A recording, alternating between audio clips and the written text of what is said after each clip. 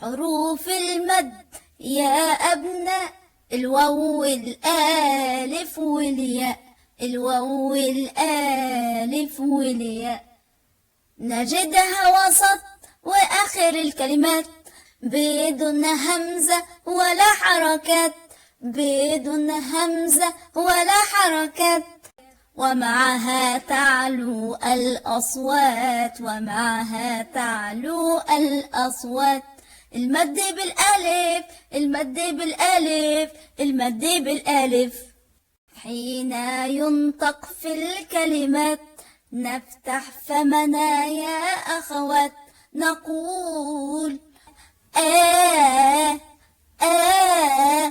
والحرف الممدود لابد يكون مفتوح، لابد يكون مفتوح.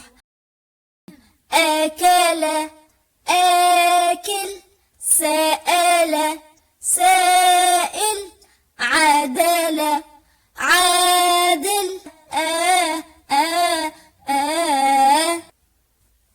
المد بالواو، المد بالواو، المد بالواو، معه بكل سرور نضم الفم ونقول أوه أوه أوه. والحرف الممدود لابد يكون مضموم، لابد يكون مضموم.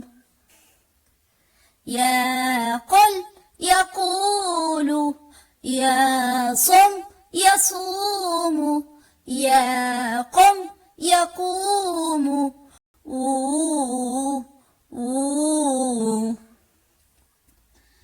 المد بالياء، المد بالياء، المد بالياء، اكسر اكسر باهتمام وقل بابتسام إي إي إي إي. والحرف الممدود لابد يكون مكسور، لابد يكون مكسور.